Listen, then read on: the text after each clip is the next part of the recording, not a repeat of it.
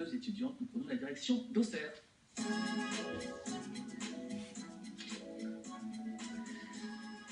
Partir étudier à l'étranger, c'est une aventure. Ça, pour être une aventure, ça peut même vite virer au cauchemar, avec des logements parfois très différents des photos sur l'annonce. Bonjour Morgane Dupuis, vous êtes à l'origine d'Erasmus Find a Flat. En français, il s'agit de trouver des appartements donc dignes de ce nom. Quel genre de mésaventures vous sont arrivées à vous? Oui, bonjour. Donc en effet, moi je suis partie un an en Erasmus à Valence. Et je suis partie avec mes parents pour essayer de trouver un appartement et j'ai visité différents appartements. Alors ça a été très compliqué, je passe par les problèmes d'électricité. On a eu des problèmes également, moi je payais directement en liquide, le contrat était illégal, j'ai fini avec des avocats pour récupérer ma caution. Donc c'est vrai que c'était quand même très compliqué, ça a engendré pas mal de stress et d'inconfort. Alors, c'est quoi le concept de votre entreprise innovante, votre start-up? En quoi ça se différencie de ce qui peut déjà exister? Alors, c'est vrai qu'à l'heure actuelle, il y a des agences qui existent. Il y a aussi des plateformes sur Internet qui mettent en relation les personnes qui sont en colocation. Mais nous, c'est vraiment quelque chose de all-inclusif qu'on veut vraiment proposer.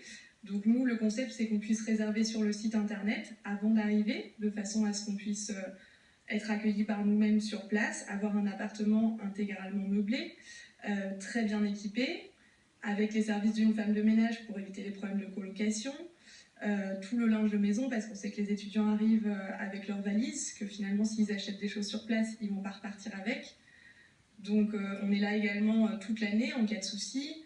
On les conseille, on les guide pour les démarches administratives des Erasmus, pour s'implanter dans la ville. On propose des appartements qui sont idéalement situés, pas très loin des universités. C'est vrai que c'est vraiment quelque chose de créé exprès pour les étudiants Erasmus qui viennent un semestre ou un an. Donc c'est dire, certes, c'est un intermédiaire, mais c'est surtout une garantie. C'est ça. Ce sera vraiment avec des contrats, des virements, c'est multilingue, ce sera au moins en français, en anglais et en espagnol, pour une meilleure compréhension et pour qu'il n'y ait pas de soucis. Vous êtes deux jeunes filles à vous lancer dans l'aventure. Qu'est-ce qui vous pousse à créer une entreprise à votre âge? C'est quand même risqué.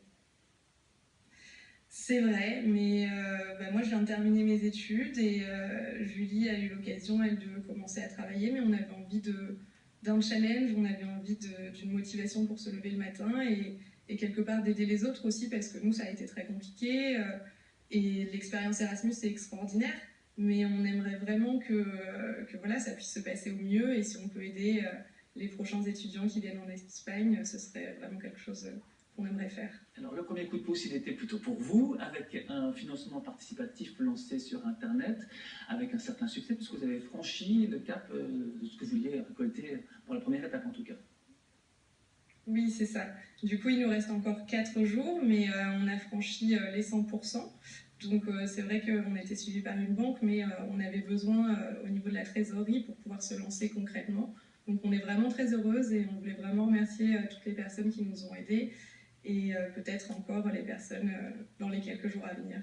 Alors pour l'instant, vous allez partir pour Valence, en Espagne, mais l'idée c'est d'élargir ensuite à l'Espagne, à d'autres pays, d'autres endroits où il y a besoin également de cette garantie pour trouver des appartements fiables.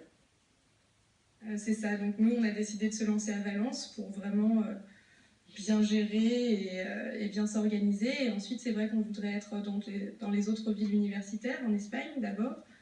Donc ça peut être Salamanque, Séville, Madrid, Barcelone, toutes les villes où il y a des étudiants Erasmus qui viennent étudier.